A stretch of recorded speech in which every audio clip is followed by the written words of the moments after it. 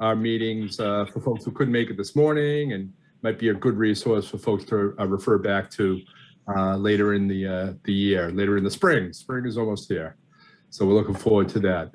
So again, welcome everyone, and thank you for being here.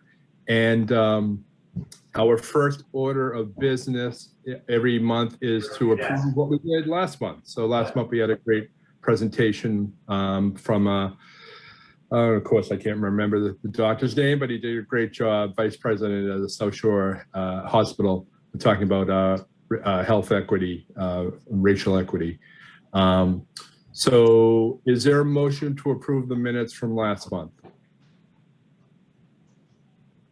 Nancy? Great, thank you. Is there a second? Sue, thank you. Any discussion? And I should say Kim does send the minutes around, so if you're on the email list, you should have received the minutes. Maybe, unlike me, you might have actually read them. Any further discussion? All in favor?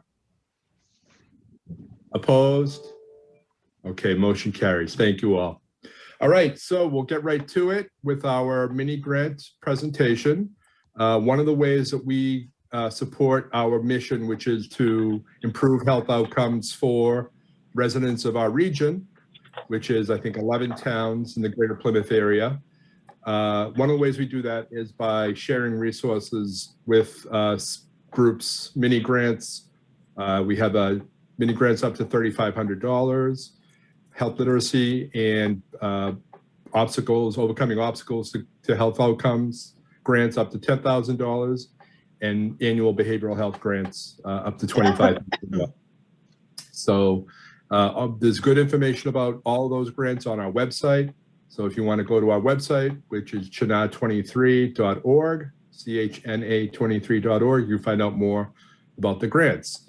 And one of the things we do is we ask people to come back and tell us what they did with those funds and report on the outcomes. So this morning, we're happy to have Sarah Cloud from BID, Plymouth, Leahy, BID, Plymouth. You can say it, Sarah. I can't remember the terms now. But she's here on behalf of PCO Hope, and they did a Narcan and harm reduction initiative. And we're happy to have you here to talk about it today. Thanks, Sarah. Great. Thank you so much. Yeah, my daytime job is Director of Social Work at Beth Israel Deaconess Plymouth Hospital, part of Beth Israel Leahy Health. I can see why that's a tongue twister. So thank you so much for having me. And also joining me is Anne-Marie Winchester, Community Outreach for PCO Hope. So I'm here in my role as Vice President of the PCO Hope Board. And this is actually, I think, one of the, we've done a lot of projects, and I'm so grateful for the funding, but I think this is probably one of my favorites, and we're going to talk a little bit about why that is. And I'm going to go ahead and share my screen. Actually just need the, it says host disabled ability. So. Let me try now, Sarah. Okay, let me try it again. Yep, there it is. Let me just pull that up. Do folks see the screen? Yep. Wonderful. So I'm just going to tell you up front, I may have been a little hungry when I put this presentation together, but this harm reduction initiative is what we have titled Pizza and Prevention. So we really have this really specialized team, which I'll tell you a little bit about in this 5 minutes that we have together, but it's really a community outreach team of specialists that work on identifying, engaging, and educating and training people who are at higher risk for overdoses, and their support system using evidence-based strategies and pizza. And I think pizza probably should be an evidence-based practice, but I'll work on that. Let me see if I can figure out how to advance this slide. And so our target audience, as I spoke about, was folks that are at higher risk, and they were in all of the towns covered by CHNA 23. And we specifically targeted, so we partnered with PCO. So PCO has the ability of tracking a lot of data through the SIMS, their SIMS database, so that we have a pretty good sense of where we actually know exactly, we have more than a pretty good sense, we know exactly where overdoses are occurring, both fatal and non-fatal. and how many times individuals were overdosing within all of Plymouth County. And we had noticed in the partnership with Vicki, who I know is on the call as well, we had noticed that there is an uptick in fatal overdoses for people who were not known to us. So first time overdose in our county, and they were getting into the system, but there was no ability to intervene. They had, died of the overdose. And we also noticed that there are hotspots or clusters where overdoses were occurring. So we took that data and thought maybe people were traveling into our service area, our catchment area, to be in sober living homes. And that those folks were, we know the disease of addiction is relapsing, reoccurrence, and wanted to do some work, specifically engaging and outreaching into the sober living home. So up on the screen is a couple of places that we visited and did these trainings, which Anne-Marie's going to talk a little bit about. We also identified there are certain areas, properties, privately owned properties where people were living together, using together, or areas of more public housing like settings that had a higher incident of overdoses, and we targeted all of those. So that's why I identified hotspots and high risk communities. And then we also piggybacked on some of the food pantries at Algonquin Heights, so that when folks would come in for food, and then they would also get around to us, and we have ability to engage them, distribute Narcan, and do some harm reduction work there. So that was really the gist of the project. And so here is our team. I just want to say this up front. This picture is before COVID. In case people are concerned, we're not wearing masks, but this is the PCO Hope team. And we're pretty diversified and specialized.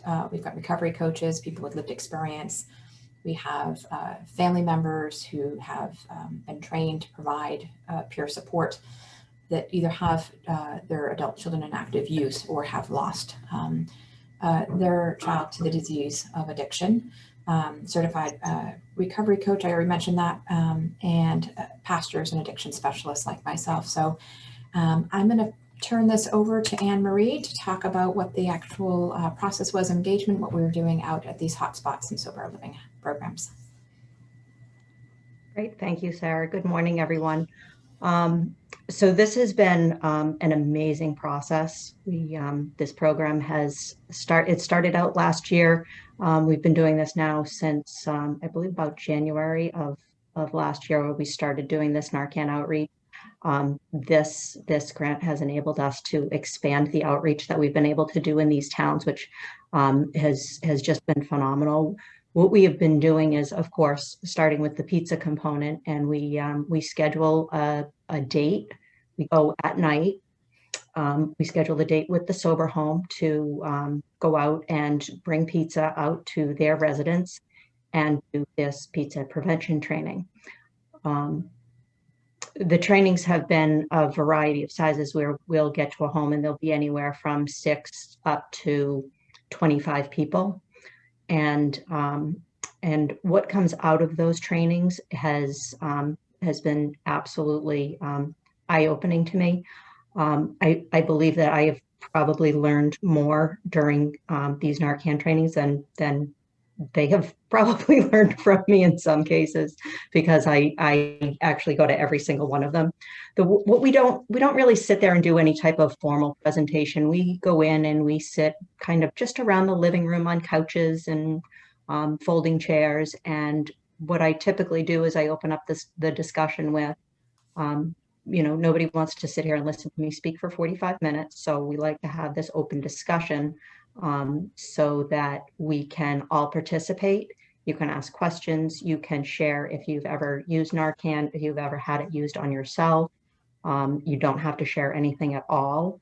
And we really just have an open discussion around Narcan, how it works, why it works, how it works in your system, as well as going through the harm reduction strategies of using fentanyl test strips, not being behind closed doors, don't lock the door, using the resources that are available out there. We provide we go all the way to providing at the end to the house manager and the house owner, if they are there, information on Plymouth County Outreach to make sure that if they have somebody that relapses, to reach out to Plymouth County Outreach to try to re-engage people in treatment right away.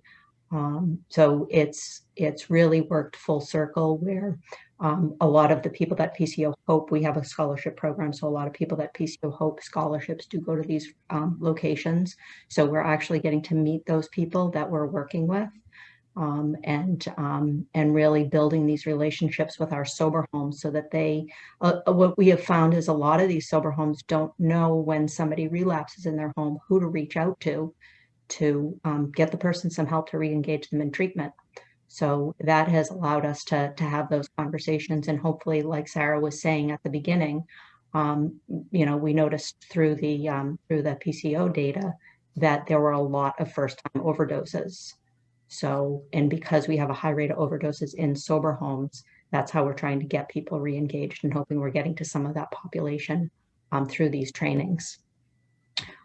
Just a real quick story of one thing that came out of one of these trainings is one of the house owners actually had said to us when we went for the training that he had been carrying Narcan for years, but he had never used it.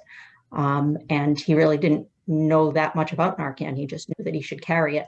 So we did the training, and the following week, he actually ended up sending us a thank you note because he actually came upon somebody who was experiencing an overdose, able to use Narcan, get the person help. The person did survive, fortunately. And he was so thankful that we were able to come out and provide the training that we did to make it a much easier process for him. So.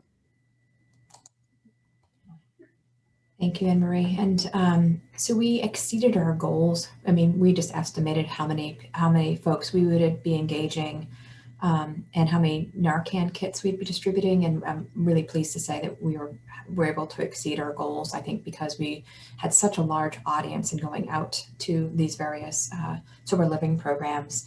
So in the sober living component in the homes, we engaged and trained 68 individuals. In the hotspots, so those are communities or areas or homes where there was active use identified through PCO, we engaged and trained 22 individuals, and through those combined locations, we distributed 60 Narcan kits. And I think this is really significant, again, going back to PCO's data they're collecting and trends that we're seeing. And Vicki, correct me if I have this stat incorrectly, in tracking overdoses, both fatal and non-fatal, in Plymouth County, I think it's 25% of the time a third party or bystander administers Narcan. So having this training information, knowledge, and kits out on, out in our community is life-saving. Any questions? Sarah, thank you so much. And thank you, Anne Marie, as well. Vicky's just saying, yes, that's correct, Sarah. So she's responding to your question. I guess my only question would be, it sounds like you were able to maintain your engagement plan despite COVID, but can you talk a little bit about any of the challenges that either COVID or any other challenges you might have faced? I think more than ever, I'm sorry. More than ever, it was really important for us to get out, because we know that there's a much higher rate of substance use in general, and certainly reoccurrences happening because of COVID. So we didn't want that to defer. So we did a lot of these trainings during the summertime outside. We just kind of really got creative with masks on.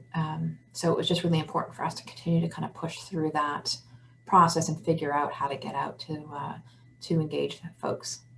And if I can just say that with Algonquin, actually, we have an amazing team of people going to Algonquin, and it includes several of the people that we work with through PCO Hope as well as through the HEAL grant.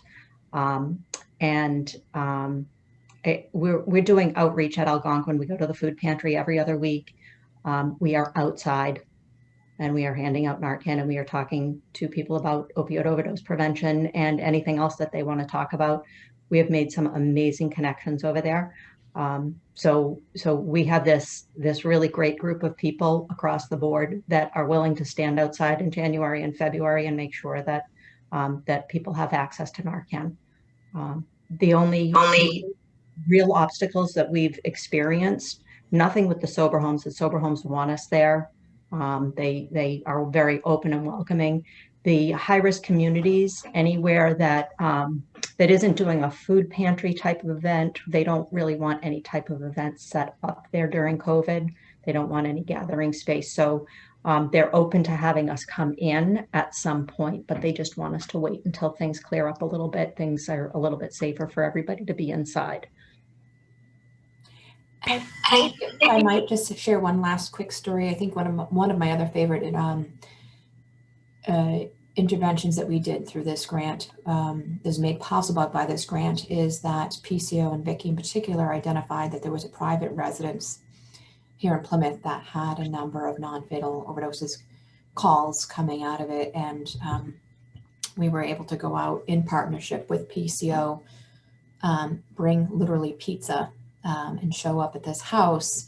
And I think they were very reluctant to, who are these folks showing up at the house? We had no intention of going inside. We really were interested in seeing if they would come outside and talk with us and engage us. And, I know it sounds silly, but, I think that they knew we meant no harm, or we're not trying to get them in trouble, because we had a couple boxes of pizzas with them. And, they kind of first person came out, it's like, well, brought one pizza back in, and then other people came out, and then eventually they just kind of came out and talked with us, and we were able to kind of engage them. So it was just, I think we need to continue to be really creative and working with folks and meeting them literally where they're at. Sarah, if you came by my house with a box of pizza, I would definitely come outside and talk to you. No doubt about it. I'm bringing you donuts. Not till tomorrow. All this pizza talk, I have my weigh in tomorrow. So after tomorrow, we can get all the pizza and donuts we want. Does anyone else have any questions or comments? Sarah, if you could unshare your screen just so I can see folks, if you don't mind. Great, thank you. All right, if there's no other questions, thank you, Sarah, and thank you, Anne Marie. And we're great to hear that feedback, and it's great to see those resources being used so effectively out in the community. So moving on to our main speakers. Hopefully we'll have speakers. I think Dr. Herzberg are the only one with us at the moment, but we do have a few other folks who are going to come on and talk about vaccines, especially local vaccine accessibility, availability, distribution. I can say for our office, we're getting a lot of calls from people who are concerned that the vaccines that are available in the state are mostly being given to the mass vaccination sites. And if we're talking folks who are 75 and older, they may not necessarily want to travel all the way to Foxborough or Boston to get a vaccine. They might not be able to travel that far. And the other issues is the registration and the website, which I think we've all seen and talked about the issues associated with that. And the state, to its credit, has made some progress with the call-ins and the call-in center and helping people get registered and make appointments that way. But still a lot of questions, still a lot of desire for people to have locally available vaccination appointments. So we asked Dr. Herzberg, Dr. Marcia Lee Herzberg is the director of the health department for the town of Kingston and the health agent. And we do have a few other folks who I'd invited who hopefully will join us. But Dr. Herzberg, we're glad to have you here. And if you want to talk a little bit about what's going on in Kingston. I know when we spoke a few weeks ago, there were a lot of plans and a lot of things that you were hoping to see happen. And hopefully we've had some movement on that since then. So I'll turn the floor over to you. Thank you so much. I really appreciate it. So yes, this has been interesting. I stepped into this role just a few months ago in the midst of the pandemic. And So if there's any other health agents that are on at this point in time, I know that they're all in the same position that I'm in, and some of the towns in varying degrees of having infrastructures in place to be able to deal with the ordering of vaccines and being able to hold clinics. And it's very difficult. I spoke to one of my colleagues in Rockland who was a joy, and she said she walked into her job and within weeks she had a trash strike and then the pandemic. And this is nothing that any of us expect to walk into when we're stepping into this type of position, but that's just the reality of what being involved with public health is. We're public health servants, not because we plan on getting rich, but because we care about people like most everybody that's here. And this is what we sign up for.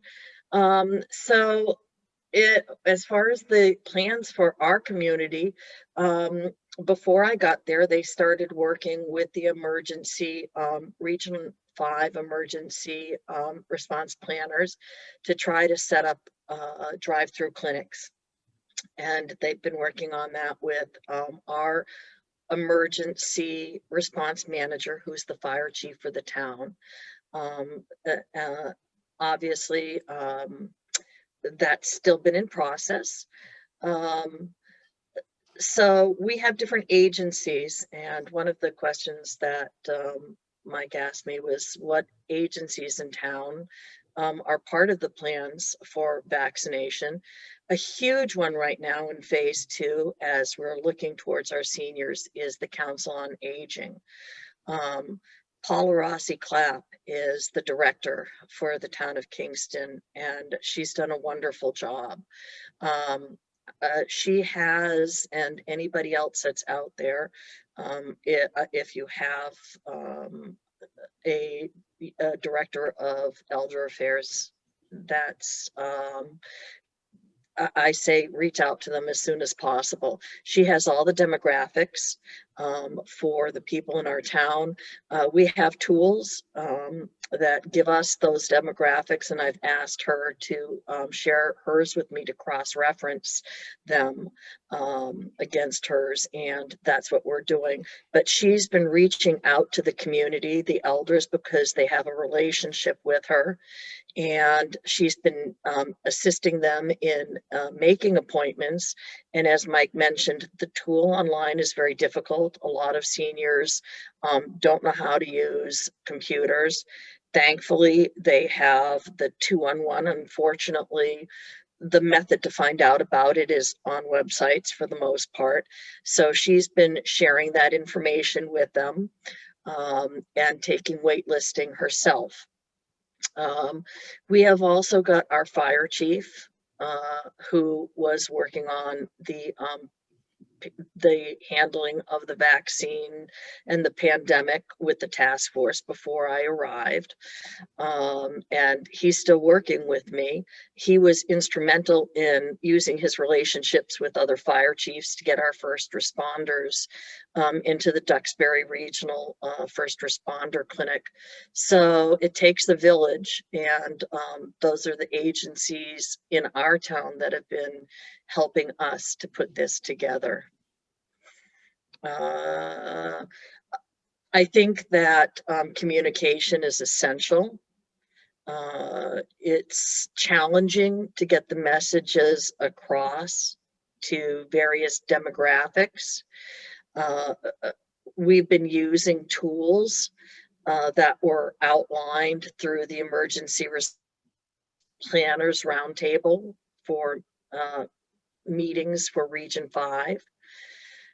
Thus far, we have a website where I've created pages devoted to COVID-19 with updates for the vaccine information.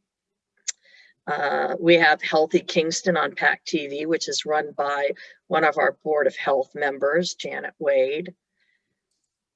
We use reverse 911 Blackboard, which is run by our fire chief. We get the message out, as I just mentioned, through our Council on Aging director. And we have a number of other methods that we're going to be using as soon as we have more confirmed dates, which is Wicked Local, and other methods that are old-fashioned, such as billboards. And so we also have Board of Health members. We have Bill Cavallaro, who lives in a senior community, and he's been sharing the message with the vaccination news in his community. So those are just some of the methods that we're using. I myself apologize. I was sick for 2 weeks. I was diagnosed with COVID. Normally I would have PowerPoints. I'm the queen of PowerPoint, and I'd have this up on the screen so you wouldn't have to be looking at my face as I'm going through all of this, but I hope you don't mind. So I know that Mike wanted to know some of the challenges that we were facing. Some of the challenges that we've been dealing with have come with the misinformation that's out there. Misinformation about eligibility. People are saying, well, somebody told me that all I have to do is contact the Board of Health and you guys can give me a waiver, which isn't true. There's misunderstanding about what health departments are able to do and not do. We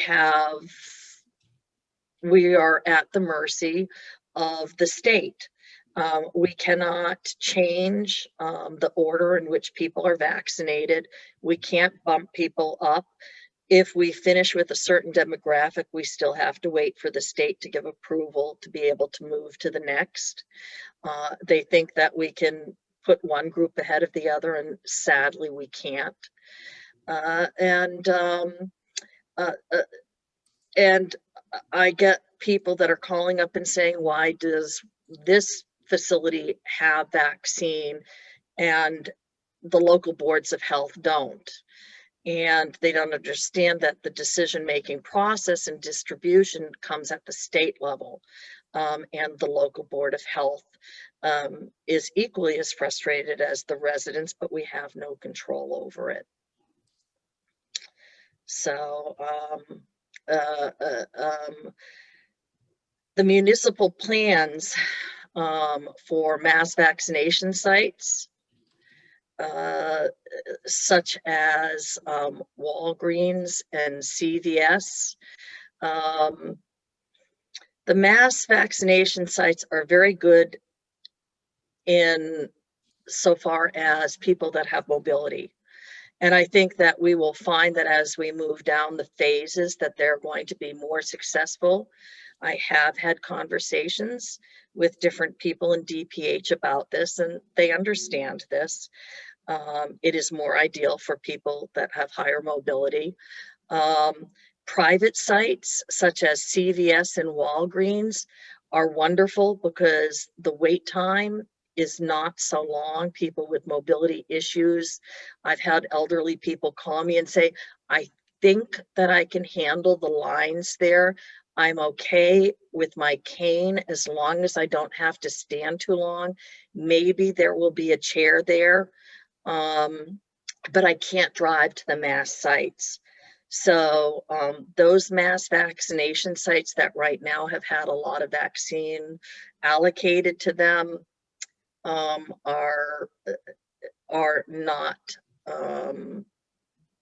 I hope that they will find that they will, I hope that, and I believe that we will see as people with more mobility, as we see the phase it moving down, that they will see more and more usefulness. But I think right now, as we're in the 75 and older demographic, that some of these smaller clinics are going to be more successful.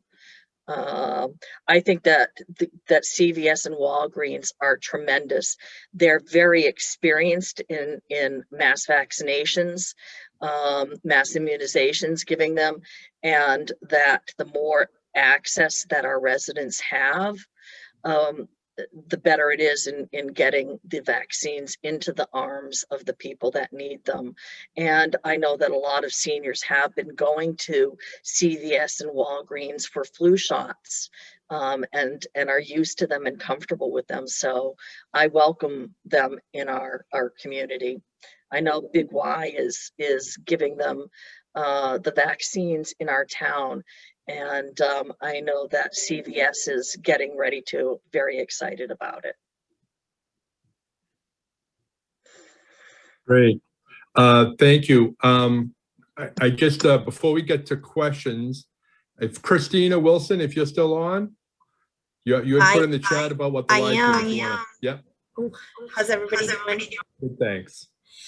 I just want to let everyone know that here at our location in South Plymouth, we are opening up our lobby Monday, Wednesdays, and Fridays from 12 to 1. If any senior wants to come in and just needs help navigating, setting up an appointment. So we opened it up to our members, but it's really open to anybody in the community that needs help navigating those websites, is technologically challenged. We have laptops here, and literally, like myself and my program coordinator, Erin, will jump on and help anybody. We've also helped a couple people over the phone, so they can also call our front desk.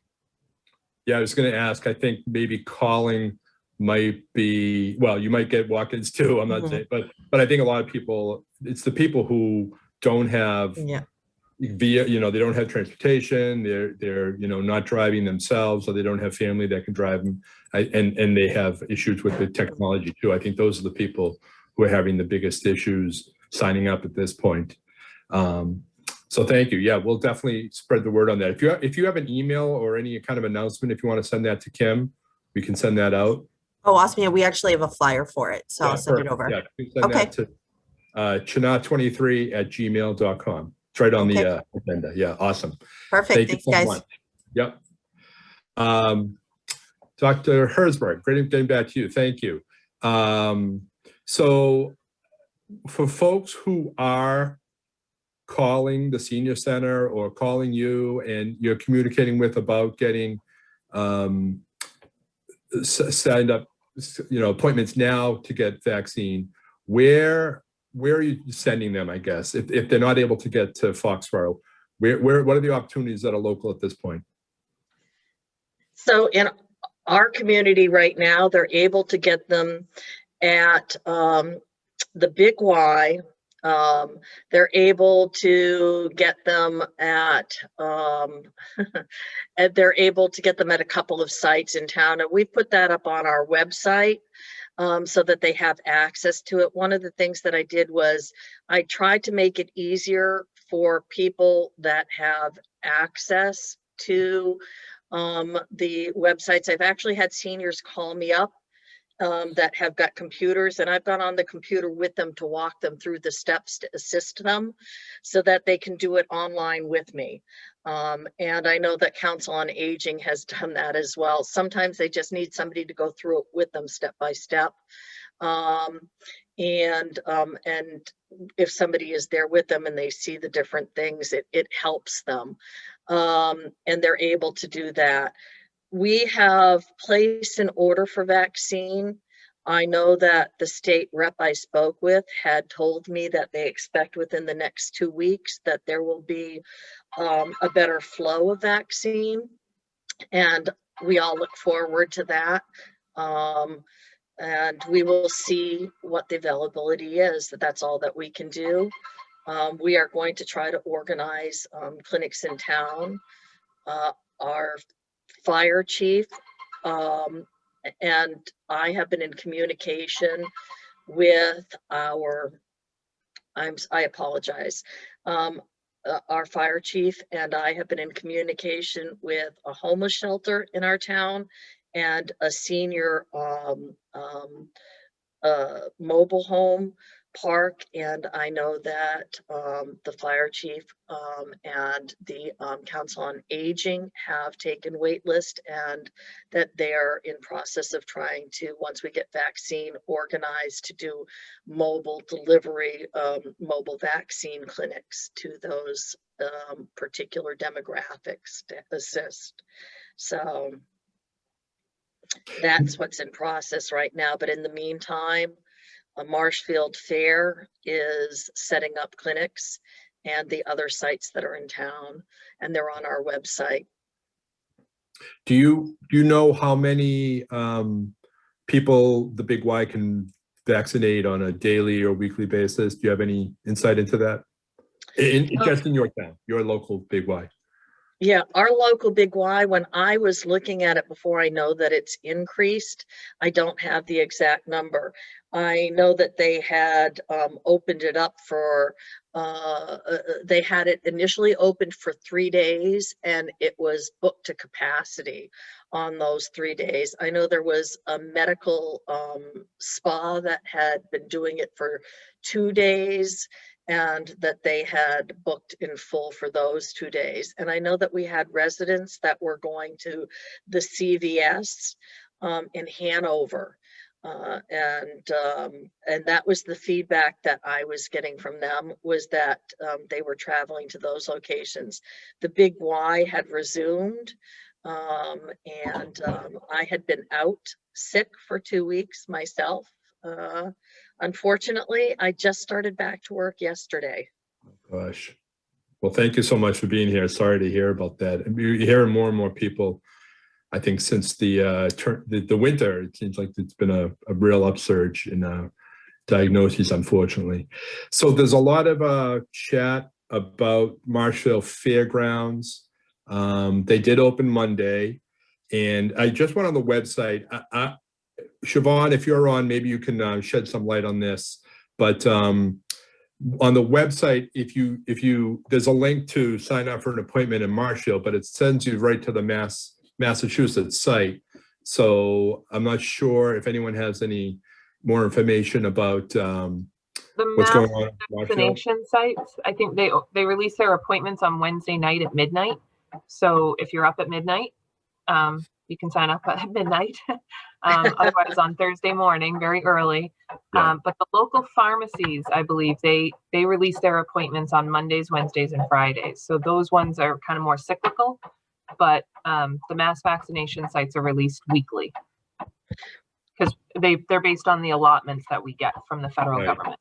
Right. That's right. And what happens is you fill out the surveys on Mondays, and then you're allotted vaccine. And I do have a question in the chat about the mobile health vans for elderly communities. Can you talk a little bit more about that? I know I've heard that Plymouth has been considering doing that. Is there any, I guess one of the concerns would be, being able to monitor the after, the 15-minute monitoring after the vaccine is administered. Do you have any insight into how that might work? Hold on a second. I just lost my screen here. I apologize. I'm trying to pull you back up. Here we go. Hold on. So what happens with the monitoring is it depends on what type of allergies you have. And depending on if you have allergies or not, the time is longer, and there is an area where you're supposed to be held for the allotted time before you can be released, and that's based upon allergies. Great. Any other questions for Dr. Herzberg? Yep, Anne-Marie is just mentioning that the spa in Kingston, Skin Esteem Med Spa, has vaccines available for 75 plus. Yes, that's when I. Yep. Okay, and you can book through their And- website as opposed to. Yeah, they're just on our the- website. They're on our town website. So what I did was I put on the website the vaccination clinics that are available at this time, whether they're indoors or outdoors. So you will see that Marshfield Fairgrounds, the Med Spa, and Big Y are the ones that are available at this time. Great. And when you go on to the website, I put on, to try to make it easier for people, I put on the tool directly to whatever the eligible group is. It says, are you eligible? And it will take you directly to that. Right now it's 75 and plus. And if you click on it, it will take you to where you can put in, if you are the mileage, your zip code and your mileage, how far you want to travel, and your zip code, and it will tell you what's eligible in that area, so that you can try to make appointments. So you can make that broader. So say you want to go 10 miles, say you're willing to travel 20 miles, you can put that in and you can go through and try all of the different locations within that area. But also additionally, I put who's available right in town so that people are aware. And we will keep that updating as more sites become available, as more vaccine becomes available. That's what we're doing anyways. And I'm sure that other towns have other methods of making that available. But that's just what we're doing. But just for Great. Thank you so much. And there was another question in the chat, but actually it's more of a Pembroke question. And one of our speakers was hoping to have on as a health agent in Pembroke. And Missy Porter from Bethesda House had chatted in. She's the director of Bethesda House. It's a home for young women 18 to 25 who find themselves homeless due to an unplanned pregnancy, and they're located in Pembroke. They're congregate housing, and they are 100% volunteer run. She is trying to figure out best options for getting residents and volunteers vaccinated. If anyone who has any ideas or suggestions, please reach out to Missy, and she has her contact information in the chat. We were hoping to hear from Pembroke. Lisa Cullity is the health agent in Pembroke, and fortunately she wasn't able to join us. I do know that Pembroke had a local clinic. They're working with Duxbury and Hanover as a tri-town collaborative. And I think I saw on Facebook that they had a local clinic at the senior center in Pembroke, if I'm not mistaken, on Monday. And I don't know any more details on that. And hopefully our next speaker can shed a little light on that. And we are glad to have with us the Deputy Chief of the Hanover Fire Department. I'm pretty sure he's joined us now, Jay Cavallaro. Jay, you might recall, was a mini grant recipient. The town was a mini grant recipient for their mobile integrated health program, which they started right around the time of the pandemic and were using to get testing to some of their vulnerable residents. But he has also done a lot with the mobile integrated health to do some more work around the COVID pandemic and vaccinating folks. So Jay, if you're with us, I'll turn the floor over to you. All right, thanks, Mike. So one of the things that I would just say off the top is that there is a level of frustration, I think, in Hanover, and I think I would speak, you know, I won't put words in their mouth, but I think we share it with Pembroke and Duxbury. As you mentioned, with the, you know, there's a collaborative effort to try to get vaccine at the local level with the local boards of health and through the EMS or the fire agencies to work in collaboration to deliver that. But so far it's been kind of slow going out the gate. So one of the frustrations, I think, is that local boards of health for years have been required to have emergency dispensing plans in the event of a smallpox or an anthrax attack or something like that. And they've been kind of required to put together plans, and they've been required to you know, test out those plans when necessary. And this kind of builds the foundation to what is going on now, and what would be thought of as how to roll out the vaccine at the local level. So the foundation was there for the boards of health and the entities in the separate communities, and it seems like that plan, at least for right now, it's not being put in motion. So I think there's a level of frustration on their part, certainly on our part in terms of the EMS providers, because we work hand in hand with our public health, and we have, as you mentioned, since the beginning of the pandemic, with mobile integrated health and some of the things that we've been doing. So, briefly in Hanover, where we are right now is we've vaccinated all of our first responders. We worked in collaboration with Duxbury and Pembroke, I believe Marshfield and Carver, to apply to the state for the vaccines for our first responders and our volunteers and our public health people.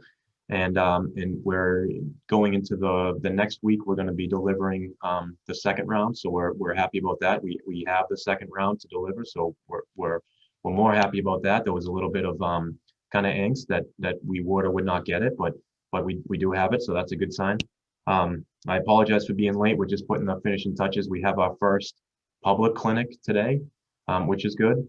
I apologize again. I was late. I don't know if this was mentioned, but local boards of health are being restricted from the state level to no more than 100 vaccines per week. So we're in phase 2 with the 75s and older. We know how many 75s and older we have in town, and it's nowhere near 100. So we request that amount, and we're told, and then we receive 100. What that does for us, unfortunately, in the beginning was, we set out the plan. We used the EDS plan, like I said, as a foundation, and we've built on that. We have an infrastructure that's been in place with MIH, and we have a robust team of volunteers, and we had everything in place. We started scheduling clinics. We started getting people registered in some of our elderly housing. And then a few days after we had everything set for what was expected to be a smooth rollout, we were told that we're not getting vaccine. And then the next week after that, we were told that we're only getting 100. So it's certainly slow, and I keep saying it, but it's frustrating because for a lot of our residents, and we're no different than any other town, but a lot of our residents, it's not easy for them to go to Gillette or Fenway or even Marshfield for that matter. It's not easy. So we're just trying to figure out what works best. You mentioned the collaboration with Pembroke and Duxbury. We thought, and we're still hopeful, that a request from Hanover to DPH for a vaccine would get less recognition or credence than a request from a collaborative effort. So we have 15,000 people in Hanover. I don't know what the populations are in Duxbury and Pembroke, but I would assume around the same. So if you have 45,000 people that you're trying to get vaccine for, maybe DPH would give you another look and actually give you some vaccine. So we started working in collaboration with them. We started planning. We've been meeting. We have a venue for a tri-town vaccination clinic. The thought with the 3 towns is that we can handle internally and separately up to about 500 vaccines per day. Once we're able to get more than 500 vaccines delivered per day, then we would shift to that model where we would be pooling resources. And, we want to deliver them as quickly as possible, but, everyone's been working tirelessly for 11 months and there's everything else going on. So we just figured, instead of trying to burn everybody out over a week and try to deliver it and have the same people there every single day and rely on the same volunteers and the same staff, it would be easier and probably more effective if we were to rely on those 3 communities. And so our public health nurse, for example, who would be running our particular clinic, she wouldn't necessarily have to be there every single day. She could take a day off and tend to some other things. So that's kind of the benefits we see of working in collaborations, trying to have more purchasing power, I guess, for lack of better words, and to kind of pool resources. And once we get vaccines, we can roll it out quickly and not overburden and overtax the staff. One of the things that we're doing to communicate with our residents is through social media and the website. We realize that it's effective for some of the population, maybe not the population that's being targeted right now for vaccine. So what we've been doing is, or what we did was, we worked with several agencies in town, and we developed a list of the oldest person in town on through down the youngest. And through a collaborative effort of our Council on Aging, our CERT team, our visiting nurses in town here, public health, and a few other groups in town, we're going down that list one at a time, and we're calling people. We're figuring out if they want the vaccine, do they have support to try to travel to get a vaccine, you know, at a bigger clinic, and if they don't, would they want one in town? And if they cannot get out of their house, they're put on a separate list, and they would be visited by our mobile integrated health team.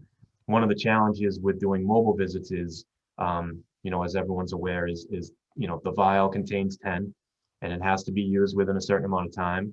And you know, so just a little bit more logistics. It's not as easy as doing a COVID test in the home. We have to just plan it out a little bit, and we have to, you know, somebody mentioned before I was speaking, you know, the 15 minutes to 30 minutes that you have to watch somebody. So just a little bit more logistics goes into a home visit, as opposed to what we've been used to with our mobile integrated health, the testing program. But we have no doubt that we can make it work.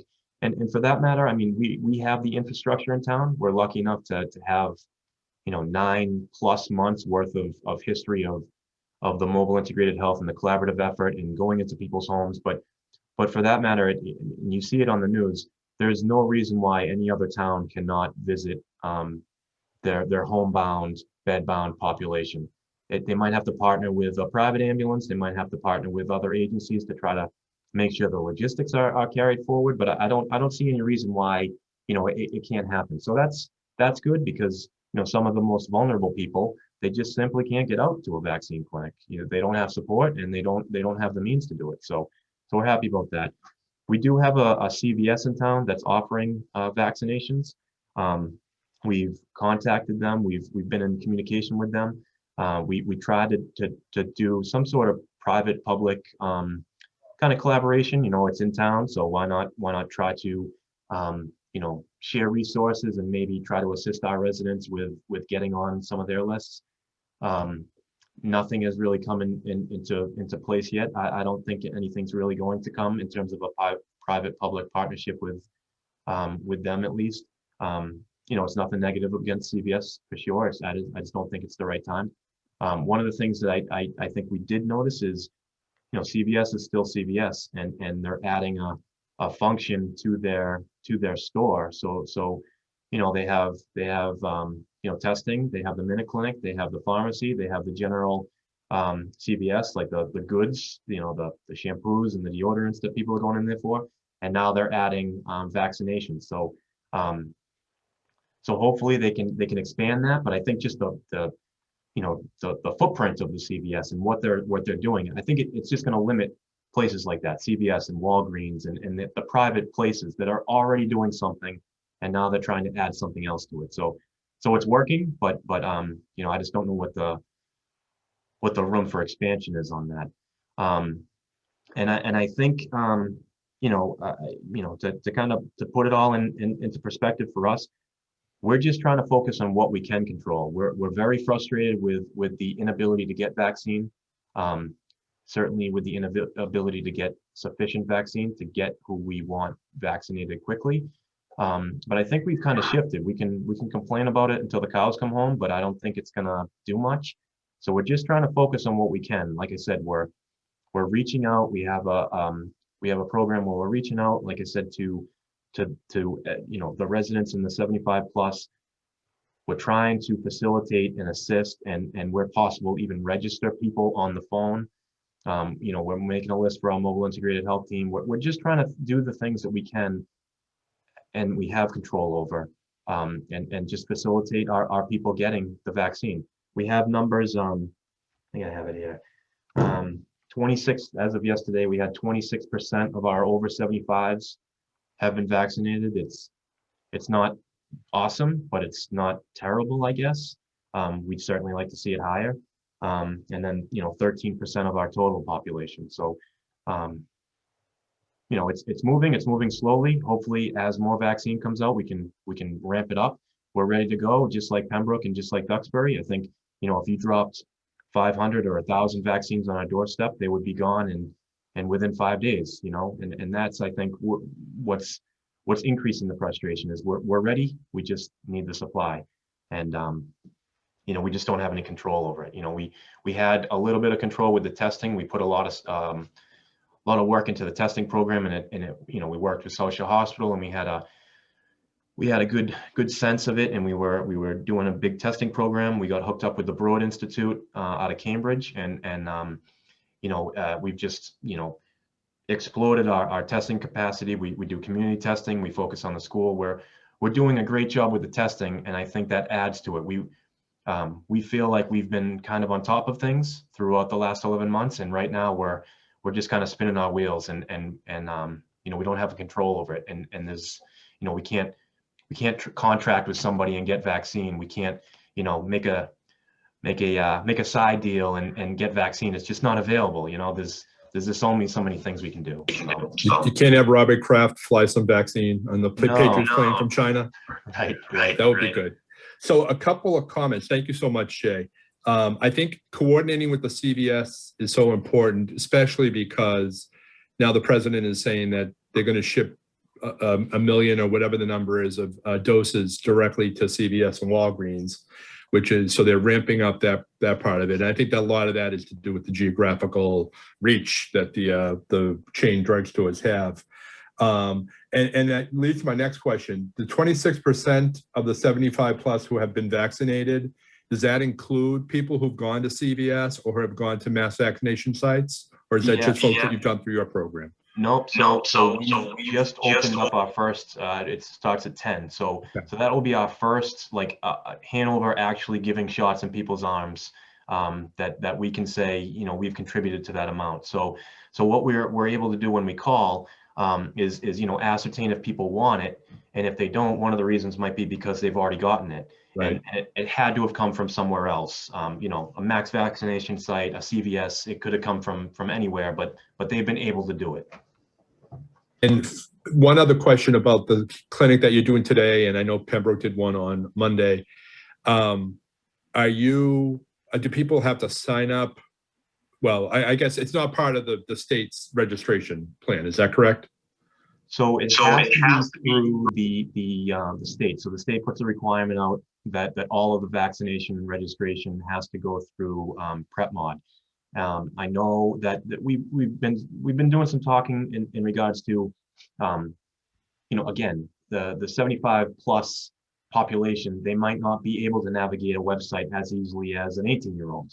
You know, so one of the things is it's pretty cumbersome, I would say. If you're not used to registering for things online, if you're certainly not used to using things online, the state requirement that people use the PrepMod to register is, you know, it's just another speed bump, I think, to getting this done.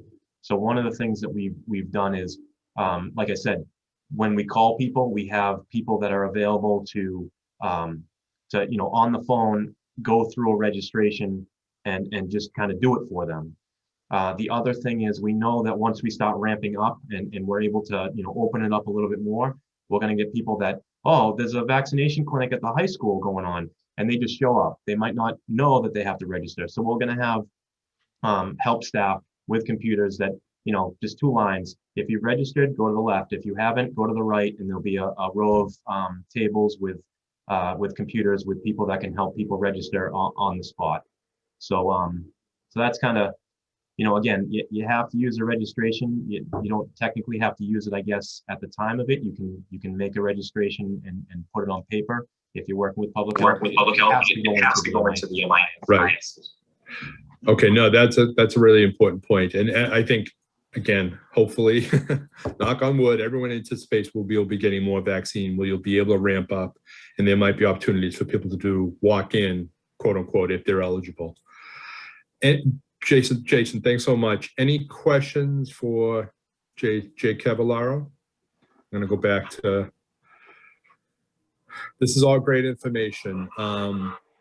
The one thing I would say about the vaccine is that, you know, the state does have a limited supply, unfortunately, and there's been a lot of discussion about how they're deploying that limited supply, but just coming from the Congressman's office, I can say on his behalf that we are working and we're very hopeful that the supply will be increased over the time, and that people will be able to, groups like towns, municipal boards of health, emergency response will have a better opportunity to get more vaccine out to people. So Dr. Herzberg and Deputy Chief Cavallaro, thank you so much for being here with us today. Really appreciate you taking the time and sharing your thoughts and your experience with us. I think it's a really important topic. We do think it's an important topic. And before I get to announcements, I would just say that we are working with South Shore Health to have a discussion with two of their doctors, Dr. Simone Wilds and Dr. Tellerin, whose first name I can't recall, but we are planning a health literacy event. As many people know, health literacy is one of our big goals and strategies here at the CHNA to get people, to help them make better decisions about their health and advocate for themselves. And we want to have some sort of event with these doctors about vaccines. Actually, Jay, that brings me back to a question that Todd Ellerin, thank you, Siobhan. Jay, brings me back to a question. When you're calling out to these 75 plus, I know you said that a lot of people say that they're not, that they've already been vaccinated, but how much resistance are you hearing? Like, no, I don't want to take the vaccine. Not much. Not much. Yeah. To be honest with you. Yeah, I think that's an issue going forward, is looking more globally about right now. The problem is people want the vaccine and they can't get it. But I think over time, there might be a problem, people not wanting to get vaccinated. And we hope this health literacy event will work to try to encourage more people to get vaccinated. And we are hoping to have Dr. Todd, thank you, Ellerin, and Dr. Simone Wilds for some kind of event. So if people have questions about vaccination in general, about side effects, about herd immunity, about who should or should not take the vaccine. I know, actually, to follow up, Sheila had a question about people who have EpiPens or serious allergies. Dr. Herzberg, maybe you can answer this question. Can people who have an EpiPen with serious allergies, can they still receive the vaccine? What happens is you have to notify what your allergies are. It's very important, and I tell this to everybody. I put it on our website as well. It is urgent that you let them know what your allergies are. And some people, depending on the severity of their allergy, need to have it in a setting where they can't just go to they should not go to just a CVS. They need to go where they can make sure that they have access to urgent medical care in case they have a severe allergic reaction, and they should speak to their doctors as to where the best site would be for them to have the immunization. And you should always consult with your primary care physician to find out, if you know that you have special needs, where the best type of facility is to have a vaccination. And I get asked that a lot too by people, and I say, check with your primary care physician. They want to make sure most sites will work in conjunction with emergency response, with an ambulance will be on site so that they can make sure that needs are addressed. But there is the possibility of some type of allergic response, and you want to make sure that you can get the attention that you need. And the risk goes up if you have known allergies that are associated with vaccines and medications. Great, thank you so much. Yeah, so we are planning, it's still in the planning stages, this health literacy event with the docs from South Shore Health. So if folks have questions, if there's things that you're hearing from your clientele, from the people you're working with, from family members, friends, that you're not sure how to answer the question, please let us know. You can email it to Kim or to me, and we will try to incorporate your questions into this event with the two doctors, Dr. Wiles and Dr. Ellerin. Email is chna23@gmail.com. I think Kim already put it in the chat. So please do feel free to send your questions to us.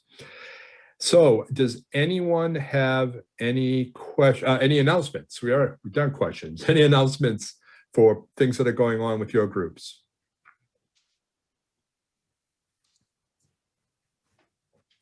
Wow, no announcements at all. I know Kim has sent around some information, a diabetes education program that went out yesterday or Monday. So take a look at that. Kim does do a great job getting stuff up on the Facebook page and on the website. So if anyone has any upcoming programs or anything you want to advertise, please feel free to send that our way, and we will be happy to share that with everyone. And today's February 10th, and 4 short weeks from today, we'll be back on March 10th. That's the beauty of February. We get it out of the way quickly so we can get to spring. So we'll be back on March 10th. Topic to be announced. But if no one has any announcements, I will thank everyone for being here, especially Dr. Herzberg and Deputy Chief Cavallaro. And I hope everyone has a great day. Thanks so much.